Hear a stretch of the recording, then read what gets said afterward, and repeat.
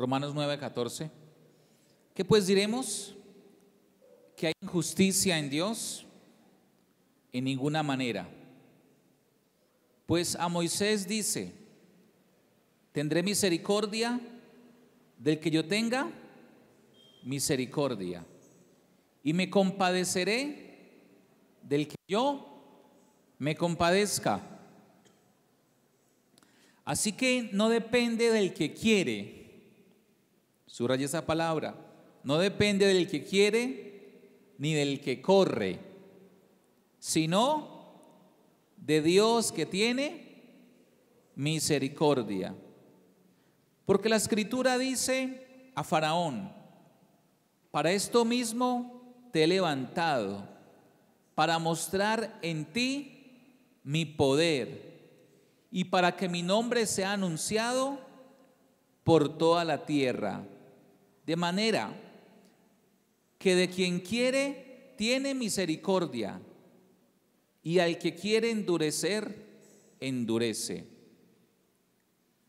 Verso 19.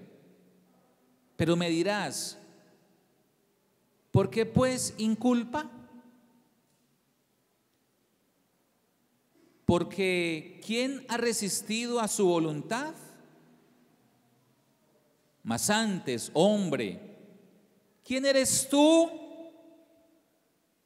para que alterques con Dios? Dirá el vaso de barro al que lo formó: ¿por qué me has hecho así? ¿O no tiene potestad el alfarero sobre el barro para hacer de la misma masa un vaso para honra y otro para deshonra? ¿Y qué si Dios, queriendo mostrar su ira y hacer notorio su poder, soportó con mucha paciencia los vasos de ira preparados para destrucción, y para hacer notorias las riquezas de su gloria, las mostró para con los vasos de misericordia que Él preparó de antemano para gloria, a los cuales también ha llamado, esto es, a nosotros, no solo de los judíos, sino también de los gentiles, como también en Oseas dice: llamaré pueblo mío al que no era mi pueblo, y a la que no, y a la no amada, amada. Y en el lugar donde se les dijo: vosotros no sois pueblo mío, así serán llamados hijos del Dios viviente.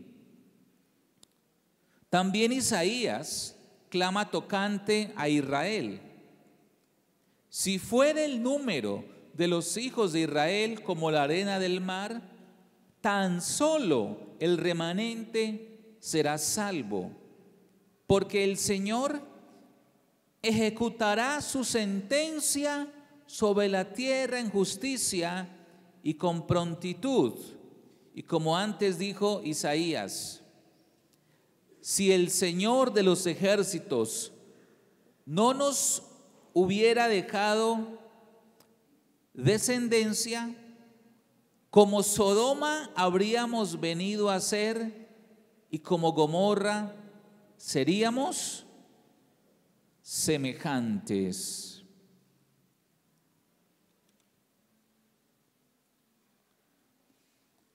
Venimos reflexionando en un tema muy profundo y muy espinoso que genera muchas controversias en el ser humano, no solamente en el ser humano religioso, no, en todo el ser humano. Y tiene que ver con la soberanía de Dios. Soberanía de Dios. Y Pablo inicia esta sesión diciendo: ¿acaso Dios es injusto? ¿Tú has escuchado esa expresión muchas veces en el ser humano? Si Dios existiera, ¿por qué permite la injusticia? ¿Te has preguntado eso? Si Dios es todopoderoso, ¿por qué no acaba con todos los malos, con los corruptos? ¿Por qué no acaba la enfermedad, la pobreza, la inequidad, el dolor del ser humano, su depresión, su angustia? ¿Acaso Dios es injusto? Y para muchos esa es la perfecta justificación para dudar o negar la existencia de Dios. Bueno, ¿dónde está Dios cuando alguien sufre? Cuando un niño sufre que no es culpable, por ejemplo. Y la palabra del Señor nos da su consejo, nos da su orientación. Y evoca unos textos, aquí Pablo, del Antiguo Testamento, varios textos, desde el Éxodo, el profeta Oseas, el profeta Isaías, evoca unos momentos importantes para explicar esta soberanía de Dios en medio de la humanidad. Y básicamente está evocando un texto del Éxodo, en el capítulo 33, y quiero citar unos apartes de él. Así que si quieres realmente resolver ese enigma, concéntrate en esto que es importante para tu vida. Éxodo 33, 12 dice: y dijo Moisés a Jehová: mira, tú me dices a mí, saca a este pueblo, y tú no me has declarado a quién enviarás conmigo. Sin embargo, tú dices: yo te he conocido por tu nombre y has hallado también gracia en mis ojos. Ahora pues, si he hallado gracia en tus ojos, te ruego que me muestres ahora el camino para que te conozca y halle gracia en tus ojos. Y mira que esta gente es pueblo tuyo. Y mira lo que Dios le dice. Y él dijo: mi presencia irá contigo y te daré descanso. Y Moisés respondió: si tu presencia no ha de ir conmigo, no me saques de aquí. Dice el verso 18. Él entonces dijo: te ruego, o sea, Moisés, te ruego que me muestres tu gloria. Y le respondió: yo haré pasar todo mi bien delante de tu rostro y proclamaré el nombre de Jehová delante de ti. Y mira lo que dice: y tendré misericordia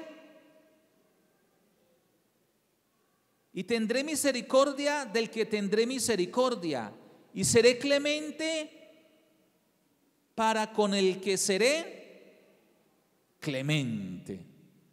Este es el contexto que Pablo está retomando para explicar este tema tan profundo, tan ancho y tan vasto como es la soberanía de Dios. Moisés está en un momento decisivo de su vida. Tiene que llevar a un pueblo, tiene que llevar un proyecto adelante. Llevar al pueblo por el desierto a una tierra prometida. Todas las expectativas de más de 1 millón de personas están puestas en él. Lo sacó de Egipto y ahora van por un desierto a algo que nadie conoce, a una promesa, a una tierra prometida. Y la gente empieza a quejarse y empieza a murmurar y empieza a decir: mejor vivíamos allá, mejor es ser esclavos que libres, y al menos teníamos las cosas aseguradas, y cómo salimos a lo incierto. En fin, conocen esa historia. Y era tanta la presión que tenía Moisés sobre sí, que dijo: Señor, yo necesito tu presencia en mi vida. Yo te pregunto, ¿tienes un proyecto grande en tu vida? ¿Tienes un proyecto que te implica muchas expectativas, muchos ojos? Quizás los ojos de tus hijos, si eres padre, si tienes un niño pequeño, si tienes una familia, si tienes una empresa, un negocio, si tienes un ministerio, si tienes hijos grandes, pequeños, nietos, y hay expectativas sobre lo que tú puedas hacer sobre ellos como padre, como esposo, como jefe, como profesional, como hombre, como mujer. Y quizás hay mucha presión, estás comenzando un proceso académico y hay presión sobre eso, hay sobre un nuevo negocio, sobre una carga laboral, sobre ser padres, sobre si podrás convivir con tu pareja, si podrás superar alguna adversidad en tu vida, expectativas, presiones. Moisés dijo, necesito la presencia de Dios. Necesito la presencia de Dios. Y quiero decirte en esta mañana, lo primero que tú necesitas frente a esas presiones contextuales de la vida es la presencia de Dios en tu vida. Si la presencia de Dios está en tu vida, tú tendrás descanso. Entonces Moisés le dice a Dios, muéstrame tu gloria. Porque la gloria significa la presencia del Señor. Y cuando Dios le muestra su gloria, le revela esta palabra, mire, y tendré misericordia del que yo quiera tener misericordia. La presencia de Dios revela su carácter, su esencia misma. No es algo ajeno, no es algo distante, no es una situación que se escapa a nuestra comprensión. La presencia de Dios está fundamentada en su carácter y su carácter se asienta en su misericordia con el que Él quiere tenerla. Es decir, la misericordia del Señor está centrada en su carácter amoroso. Pero cuando uno escucha la expresión, tendré misericordia del que yo quiero tener misericordia, y del que quiero endurecer, endurezco, la verdad, ¿eso cómo le suena a usted? ¿Cómo le suena? Yo no sé si te viste la película de Al Capone, ¿sí?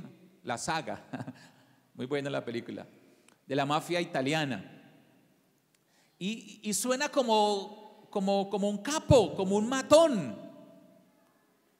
arbitrario, que simplemente dice, usted vive, usted muere. Algo así como el César, ¿no? Que está allá con el puño estirado y dice, vive o muere. Y a veces tenemos esa impresión. Entonces, en últimas, Dios es arbitrario, actúa sin un principio, actúa sin una idea de justicia. Y podemos pensar eso cuando miramos la soberanía de Dios.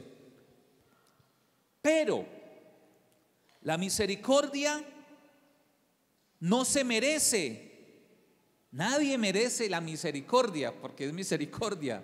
Nadie merece la misericordia. Entonces, esta es gratuita y no puede ser una obligación. Cuando Dios extiende su misericordia sobre la humanidad, lo hace no porque la humanidad lo merezca, no porque tú lo merezcas, no porque yo lo merezca. Lo hace porque esa es la esencia de su carácter. Pero está dentro de su voluntad hacer misericordia o no hacerla. Así que el sufrimiento humano no es por culpa de Dios, no es que Dios no quiera tener misericordia, no, es la elección humana. El ser humano se ha apartado del Señor. Cuando uno lee Romanos el capítulo 1, dice que y por haber rechazado a Dios, entonces Dios los entregó a cualquier tipo de situación. Y me quiero devolver un poco allá, porque este es un tema muy, muy importante que hay que verlo desde su contexto. Por ejemplo, Pablo dice allá y solamente tomo unos apartes, en el capítulo 1 de Romanos dice, 1:18 dice, porque la ira de Dios se revela desde el cielo contra toda impiedad e injusticia de los hombres, que detienen con injusticia la verdad. Porque lo que de Dios se conoce les es manifiesto, pues Dios se lo manifestó. Porque las cosas invisibles de Él, su eterno poder y deidad, se hacen claramente visibles desde la creación del mundo, siendo entendidas por medio de las cosas hechas, de modo que no tienen excusa. Es decir, Dios se reveló, Dios habló y Dios sigue hablando. Verso 21: pues habiendo conocido a Dios, no le glorificaron como Dios, ni le dieron gracias, sino que se envanecieron en sus razonamientos, y su necio corazón fue entenebrecido. Profesando ser sabios, se hicieron necios, y cambiaron la gloria de Dios incorruptible en semejanza de imagen incorruptible de aves, cuadrúpedos y de reptiles. Es decir, el ser humano moderno, posmoderno, se ha envanecido en su razonamiento, haciéndose sabio, queriendo explicar todas las cosas, negó la existencia y la soberanía de Dios en su vida. Verso 24: por lo cual también Dios los entregó a inmundicia. Mira de dónde viene todo esto. En las concupiscencias de sus corazones, de modo que deshonraron entre sí sus propios cuerpos, ya que cambiaron la verdad de Dios por la mentira, honrando y dando culto a las criaturas antes que al Creador, el cual es bendito por los siglos de los siglos. Amén. La idolatría: el ser humano adora la creación, el culto a la vida, el hedonismo, el culto al placer, el culto al cuerpo, a las riquezas, a lo temporal, a lo pasajero. El ser humano hizo sus dioses. Pero también dice el verso 26: por esto Dios los entregó a pasiones vergonzosas. Es decir, entonces quieren alejarse, entonces los entrego a su necio corazón. Pues aún sus mujeres cambiaron el uso natural por el que es en contra de la naturaleza. Y de igual modo también los hombres, dejando el uso natural de la mujer, se encendieron en su lascivia unos con otros, cometiendo hechos vergonzosos hombres con hombres, recibiendo en sí mismos la retribución debida de su extravío. Y como ellos no aprobaron tener en cuenta a Dios, Dios los entregó a una mente reprobada. Y sigue. ¿Sí? Ese es el contexto. El ser humano toma decisiones, y su alejamiento de Dios afecta cada rincón de su vida. Y por ejemplo, su sexualidad, y sus relaciones, y sus procesos de ser padre, de crianza, su vida laboral, y el efecto que eso tiene sobre la economía de las personas, sobre su salud, sobre su mente, sobre sus emociones. Ok, eso es solamente como para revisar un poco atrás. Ahora, Dios es libre de dar misericordia. Así está la situación. Él es libre, es una elección de Dios. Decide hacerlo. Y el verso 16, bueno, Dios es libre de dar misericordia a todos, a nadie, pero el verso 16 dice algo importante allí en Romanos 9. Dice: así que no depende del que quiere ni del que corre, sino del que Dios tiene misericordia. He aquí el centro del evangelio. Aquí se define la doctrina del evangelio. No depende del deseo o el esfuerzo humano. El ser humano piensa que puede tomar el control de su vida, el destino tomar las riendas de su destino.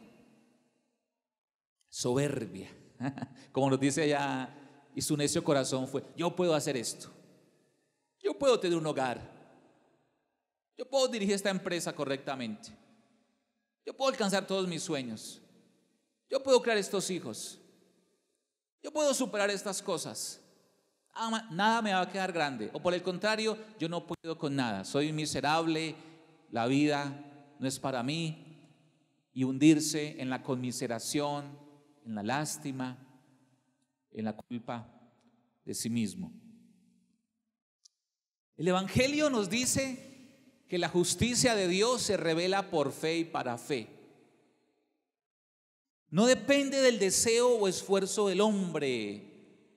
Tú estás aquí escuchando la palabra del Señor porque seas el mejor, o la mejor? Estás aquí delante de Él siendo su hijo, su hija, porque Él en su misericordia te llamó y te alcanzó. Estás aquí porque en su gracia escuchaste la palabra y en su misericordia fuiste tocado. La salvación se trata de su misericordia y su don, y no de nuestro trabajo y nuestro derecho. Yo merezco esto porque he sido bueno. Es decir, nadie tiene el derecho a la misericordia del Señor. La Biblia dice en Romanos 6:23 que la paga del pecado es ¿qué? La muerte. Y todos hemos pecado y hemos sido ¿qué? Destituidos de la gloria de Dios, desde la presencia, de la bondad, de la misericordia del Señor. No merecemos ese carácter misericordioso. Y pone el caso de Faraón. Y esto aquí, yo sé que es una doctrina que nos genera mucho conflicto, pero si la entendemos, tendremos grande riqueza, esto de la soberanía del Señor. Y pone el caso de Faraón. A ver, bajemos esto, aterricemos esto a la vida práctica de la Escritura. Dice que Dios endureció el corazón de Faraón. Y uno diría, pero Faraón era un tipo hasta chévere. El hombre se veía que era como agradable. Hasta los mandó con dinero y con cosas a los israelitas cuando salieron de Egipto. ¿Qué culpa si el corazón de Faraón Dios lo endureció? Diríamos, ¿cierto? Diríamos, ¿qué culpa? No, él no es culpable. ¿Qué culpa si Dios endurece a alguien para que sea malo y perverso? ¿Y qué culpa si Dios lo decide hacerlo? Y ya me metí aquí en un problema, ¿no? Sáqueme de ese problema, porque la Biblia lo dice así. Mira, ¿qué estaba pasando allí con este don Faraón? Dice, por ejemplo, Éxodo 8, Éxodo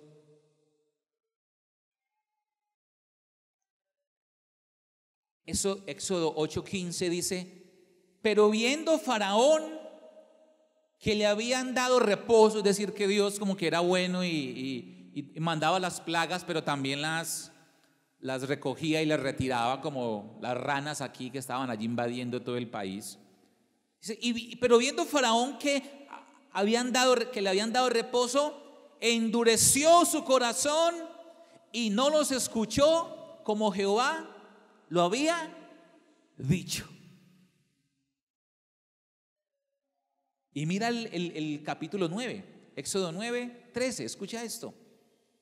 Entonces Jehová dijo a Moisés: levántate de mañana y ponte delante de Faraón y dile: Jehová, el Dios de los hebreos, dice así: deja ir a mi pueblo para que me sirva, porque yo enviaré esta vez todas mis plagas a tu corazón, sobre tus siervos, y tu pueblo, para que entiendas que no hay otro como yo sobre toda la tierra, porque ahora yo extenderé mi mano para herirte a ti, a tu pueblo de plaga, y serás quitado de la tierra.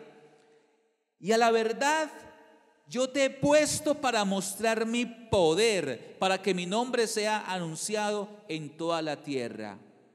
Y el verso 17 es importantísimo.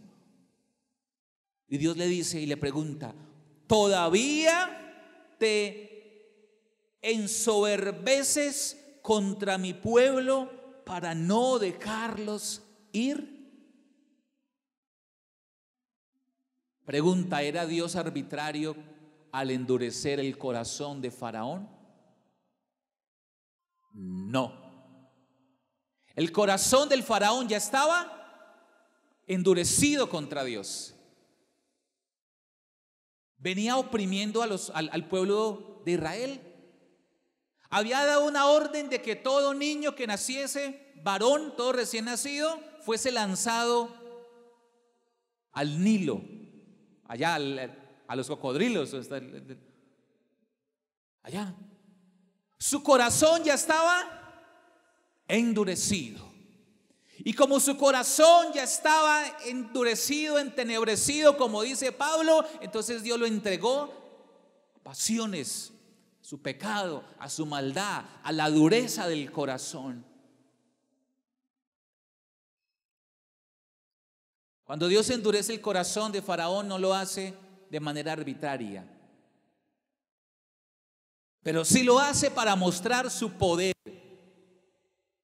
y para mostrarle al hombre más poderoso de ese momento, que era el Faraón, el rey de Egipto, el imperio fuerte en aquel momento, y que después de más de 4 siglos todavía nos siguen hablando de los egipcios, todo ese imperio poderoso. El Señor le mostró que Dios era el Dios de dioses, el Rey de reyes y el Señor de señores. Y le demostró y doblegó su corazón y su soberbia.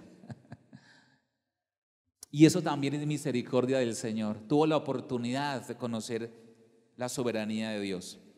En otras palabras, para traerlo acá, el endurecimiento del corazón humano por parte de Dios es el resultado de la propia terquedad del hombre. Ese es el resultado. Allí converge la dureza del ser humano que se niega a escuchar a Dios. Yo te pregunto en esta mañana, ¿Dios cómo te ha hablado? ¿Cómo Dios ha venido tratando tu vida? Y la pregunta es, ¿has abierto tu corazón a la voz de Dios o lo has endurecido? Cuando el ser humano cierra su corazón a la voz de Dios, al evangelio, a la palabra de Dios en su vida, entonces su corazón se hace más duro.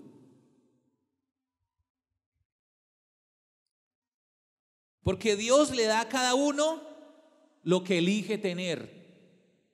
Porque Dios le permite a cada uno seguir su camino. Dios no crea la dureza, pero sí le permite a cada uno elegir su destino.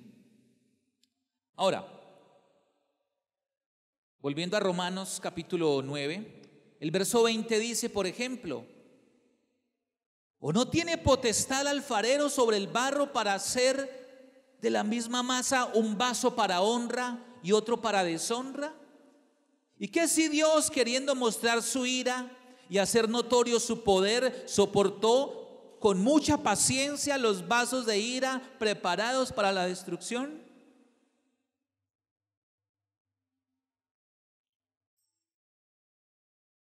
Dime, ¿quién es el alfarero? Dime, ¿quién es?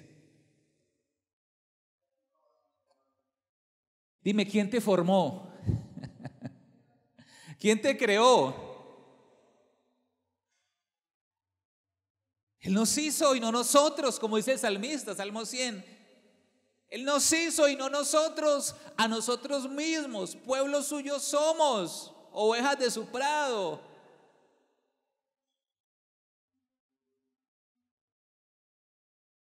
Dios nos hizo y tiene todo el derecho sobre su propiedad. Y no tenemos sabiduría ni derecho para cuestionar al Creador.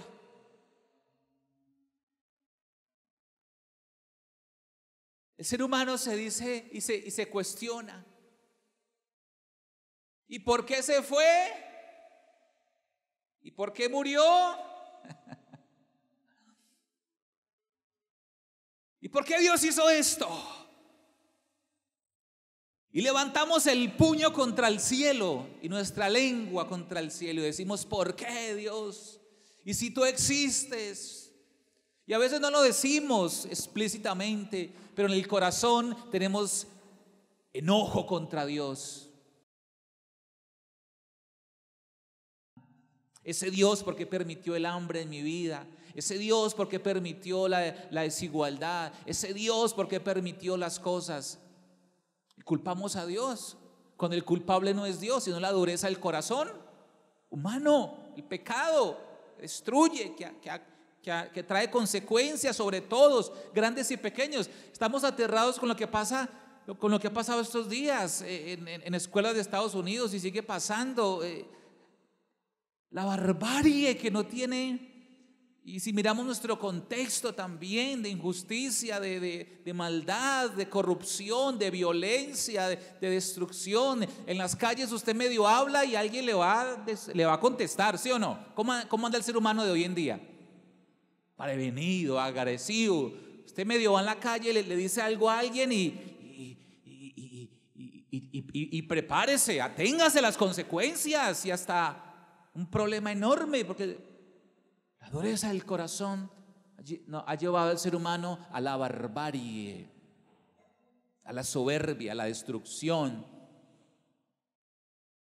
Y muchas veces dirigimos nuestra ira directa o indirectamente contra Dios. Entonces Dios no es real, Dios no existe. Y es la manera de rebelarnos contra, de endurecer el corazón, como lo hizo Faraón frente al consejo del Señor. Ahora, la pregunta, entonces está aquí. Job se hacía esas preguntas. Job, el patriarca ya en la antigüedad, y por qué sufría, y por qué si yo era bueno, y si he hecho ofrendas, ¿por qué? ¿Por qué? ¿Por qué?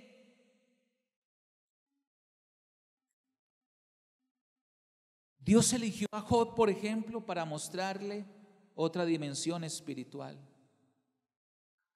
Y Dios le dice a Job: ¿es sensato que tú alterques con el Creador? Estaba leyendo este texto. Por ejemplo, mira, está allí, por ejemplo, en Job 40. Tengo tiempo, voy a leértelo. Job 40. Además respondió Jehová a Job y le dijo: ¿es sabiduría contender con el omnipotente? ¿Eres sabio cuando cuestionas a Dios? No, es soberbia. ¿Cuestionarás a Dios? ¿Tú que eres barro? ¿Es sabiduría contender con el omnipotente? El que disputa con Dios responda esto. Entonces respondió Job a Jehová y dijo: he aquí yo soy vil, ¿qué te responderé? Mi mano pongo sobre mi boca. No, una vez hablé, mas no responderé, aún 2 veces, mas no volveré a hablar. ¿Qué es lo más sensato que debemos hacer cuando no entendemos lo que está pasando, cuando no podemos explicar el sufrimiento? ¿Qué es lo más sensato que podemos hacer? Job dijo: cerraré mi boca, porque yo no soy Dios, porque Dios es omnipotente y soberano. Porque ¿cómo contenderá el barro contra el alfarero? ¿Podrá decirle: ¿por qué me hiciste así? ¿Por qué me está pasando esto?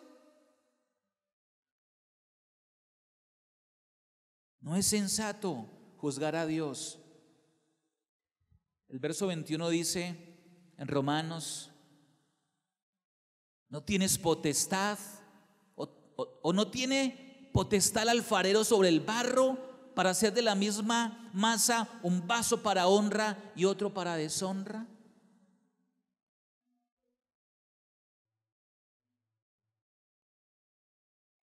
Escúchame. Dios es autor de nuestra salvación, pero nosotros somos autores de nuestra condenación. No es culpa de Dios, no.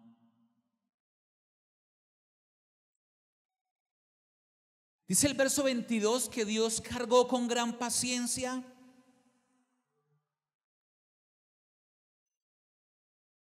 su ira. Dios es paciente, dice la palabra.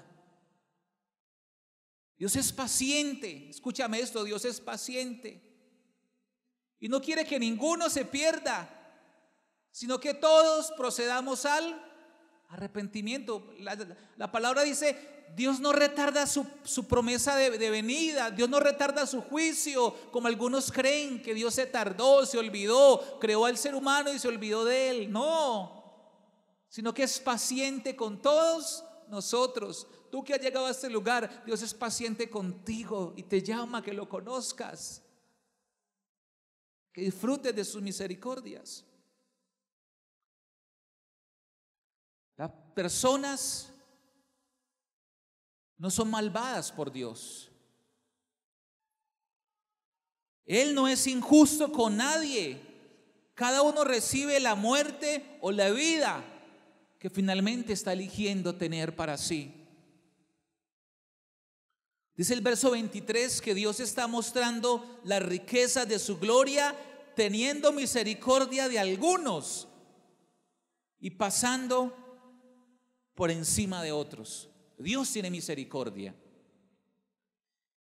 Y solo allí, en su misericordia, podemos conocer su gloria. Es decir, solo cuando tú y yo experimentamos el perdón de Dios, solo hasta que tú y yo reconozcamos nuestra vileza y vengamos a Él, podemos experimentar su misericordia. Moisés dijo, muéstrame tu gloria. Y Dios le dijo, yo tendré misericordia. Dios le revela su carácter amoroso. En otras palabras, cuando Él le dice, muéstrame tu gloria, es, muéstrame quién eres. Y Dios le revela su gracia infinita. Porque solo, escúchame esto, solo hasta que reconozcas, solo hasta que reconozcas tu pecado y las implicaciones que tiene con tu vida, solo allí podrás conocer la gracia salvadora, no antes. Si sigues todavía insistiendo en que eres bueno, en que mereces la buena vida que tienes, o si sigues resentido por la mala vida que tienes y culpas a todo el mundo, que es lo mismo, cualquier polo, es la misma cara de la moneda, es el mismo corazón humano. Pero solo hasta que reconozcas tu condición, tu fragilidad, solo allí estarás preparado para conocer la gloria de Dios. ¿Qué es la gloria de Dios? La misericordia revelada a tu vida. Esa es la gloria de Dios. La misericordia del Señor revelada al ser humano por su soberanía. Es decir, en las elecciones Dios entra, cambia nuestro corazón y lo hace bueno. Pero al endurecer Dios el corazón, hace que cada uno tenga lo que ha elegido. Es decir, si alguien está perdido en la culpa, si alguien está perdido en su pecado, la culpa es de cada uno. Pero si alguien se salva, el crédito es de Dios. ¡Oh!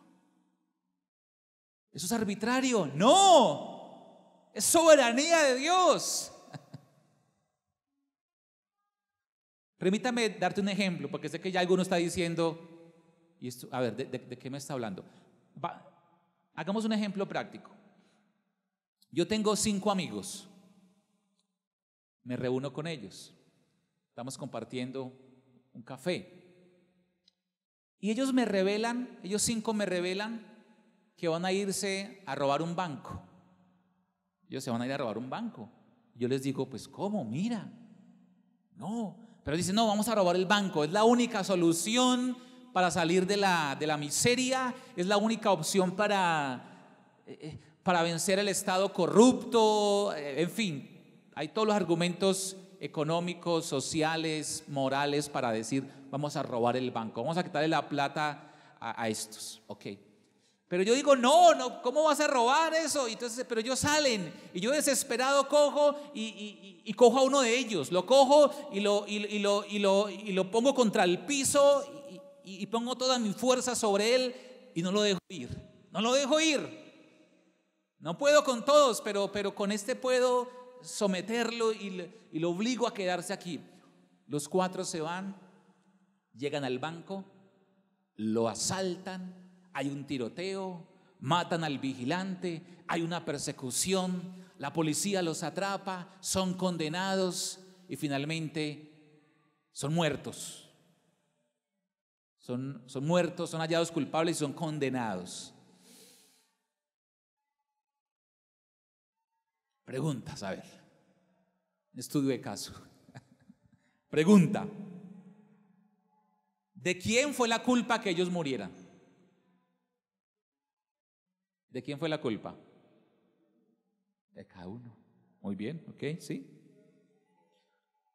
Segunda pregunta: el que andaba libre, es decir, el que yo atrapé, lo sostuve, el que andaba libre puede decir, yo soy bueno y por eso estoy libre. ¿Puede decir eso?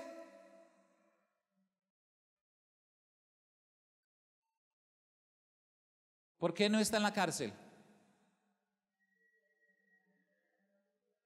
Porque lo agarré y lo detuve. Y fue mi soberana elección en ese momento.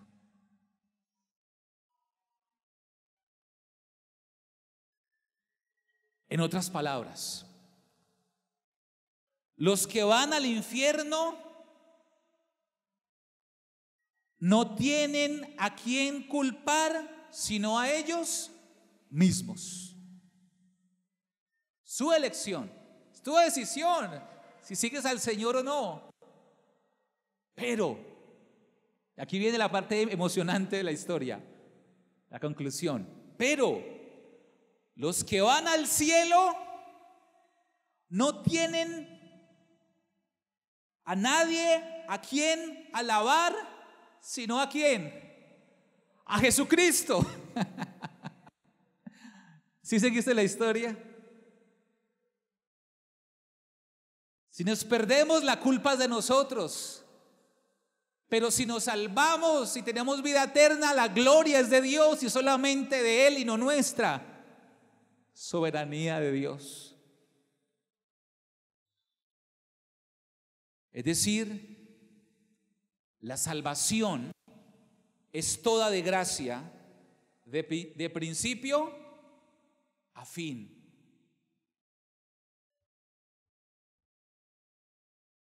En la historia judía encontramos un registro de cómo Dios llama a los que no son pueblo, mi pueblo.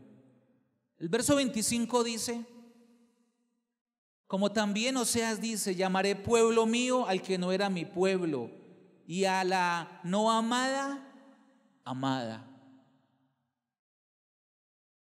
¿Por qué Dios eligió el pueblo de Israel? Dígame por qué. ¿Porque eran los mejores? ¿No? Y yo no me canso de decir estas palabras una y otra vez. Lo que tú eres, lo que tú tienes, el talento, los dones, las capacidades, la familia, las oportunidades que tienes, no son por tus obras, no es por tu capacidad, no fueron por tus decisiones. Para que no digas, mi corazón me trajo hasta este lugar. Porque eso no te da licencia para que puedas pararte sobre otro y decir, yo he sido más sabio, más estudioso. Porque esa es la soberbia humana. Y a veces hablo con académicos, hablo con personas y se siente la soberbia humana. Porque han estudiado, porque han entendido las teorías de la complejidad, del construccionismo, porque se han entrado en las profundidades de la ciencia, de la biología, de la ingeniería, de la administración, porque se sienten los dueños de la verdad, los gurús de la política. Soberbia humana. Porque si tenemos un conocimiento, si tenemos una virtud, si tenemos un don, ha sido solo por la misericordia y por la gracia del Señor. Y cuando lo entendemos así, entonces vivimos de una manera distinta. Entonces no nos sentimos con el derecho de pisar, de atropellar a alguien o de sentirnos las personas más dignas o más importantes. Tampoco las peores, no. Nos sentimos privilegiados, agradecidos, amados por Dios, porque Dios llamó a un pueblo suyo que no era su pueblo y amó a aquellos que no eran amados. Es decir, Dios siempre bendecirá a aquellos que no lo merecen, de los cuales tú y yo somos los primeros en la lista.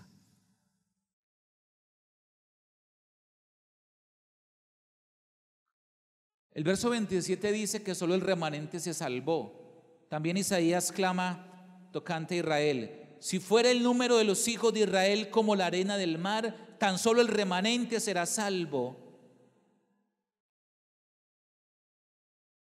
Solo el remanente se salvó. Todo ese pueblo de Israel, muchos murieron en Egipto, en el desierto. Y cuando van a la tierra prometida y siguen allí trabajando, 10 tribus desaparecen. Las tribus del norte desaparecen. Solamente queda la tribu del sur, la tribu de Judá, un remanente. Y de ese remanente solo unos pocos creyeron en Cristo, los demás lo rechazaron.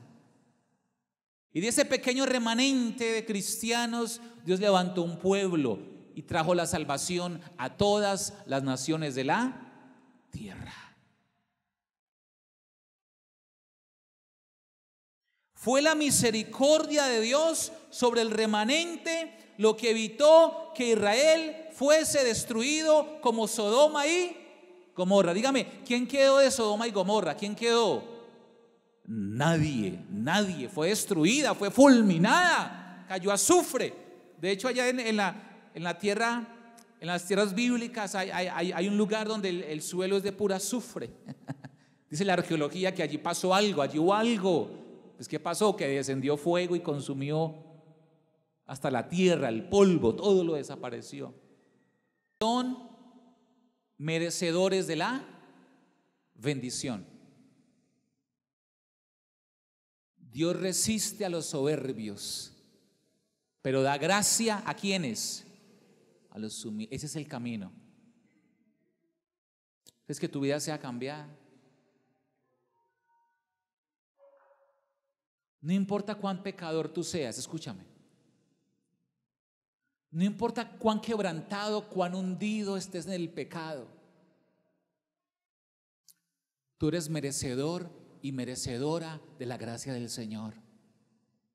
El diablo te va a decir: ¿para qué vas a la iglesia si sigues en pecado todavía? Un hombre me decía: yo iba a la iglesia y ¿para qué vas a la iglesia si sigues todavía drogándote? ¿Para qué vas a la iglesia si sigues todavía en la vida licenciosa? Y es la voz del enemigo. Pero la voz de la misericordia del Señor le habló a su vida. Y a pesar de su pecado, cuando se expuso a la gracia infinita de Dios, su vida comenzó a cambiar. Y comenzó a dejar las drogas y comenzó a dejar la vida perdida. ¿Fue por su bondad? No, fue porque esta verdad de Dios se reveló a su vida. Entonces, cuando tú te sientes amado por el Señor y aceptado y recibido en su misericordia, a pesar de tus quebrantos, de tus fracasos y de tu dolor, entonces reconoces tu quebranto, tu necesidad, y te postras delante de Él en tu corazón. Y cuando eso sucede, ese es el camino para ser levantado y sostenido. Dios cumple sus promesas de manera que no podemos predecir. No sabemos cómo Dios va a obrar. De repente, tu peor fracaso, tu quebranto, tu pasado, es lo mejor que te puede haber pasado en la vida cuando has decidido amar a Dios. ¿Te acuerdas de esa prédica? A los que aman a Dios, todas las cosas, aún tu fracaso, aún esos hijos difíciles, tus adicciones, tus traumas, tus derrotas, tus temores. Cuando tú amas a Dios, cuando tú inclinas tu corazón a Él, Dios transforma todo. Y todo lo peor que fue para ti, ahora se convierte en lo más hermoso. Porque allí entonces reconoces la restauración del Señor. Alguien me decía: pastor, lucho con mi pasado, porque mi pasado me avergüenza. Porque muchos saben mi pasado y mi pasado me avergüenza. Y tengo temor de ese pasado oscuro ahora que estoy con Dios.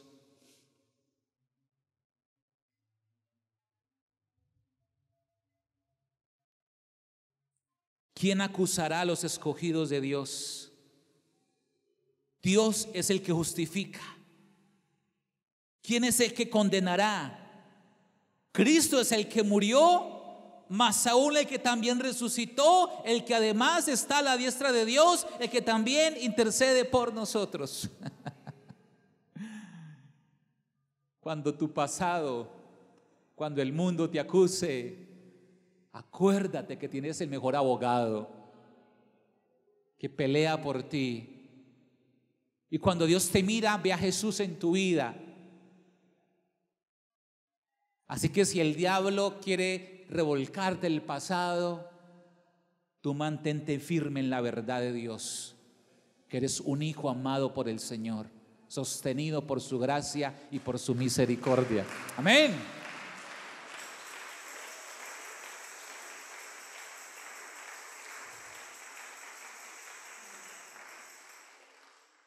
Pregunta para que cerremos esta reflexión: ¿cómo Dios usa este pasaje de Romanos 9, la escritura, lo que venimos estudiando? ¿Cómo Dios usa para que puedas responder a alguien que dice que Dios es injusto? ¿Cómo?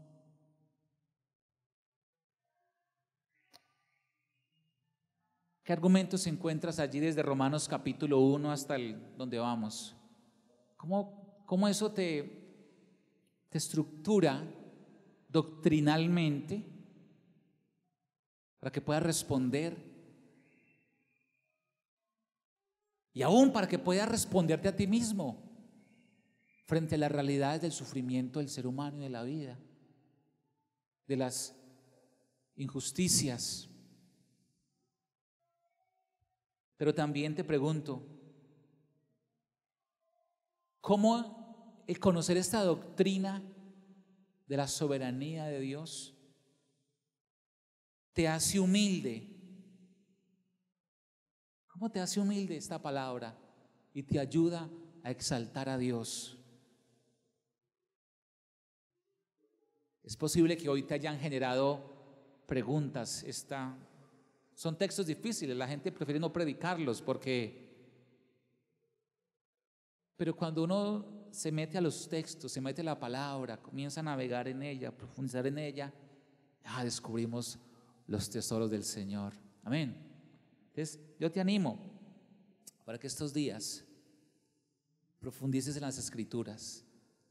Ve a tu clase bíblica, capacítate, toma tu Biblia, estúdiala. No son doctrinas muertas, no, para nada. Ellas te salvarán. Pablo le a Timoteo: ten cuidado de ti mismo y de la doctrina, persiste en ella. Hay una riqueza enorme en la palabra del Señor. Inclina tu rostro, por favor, vamos a orar al Señor.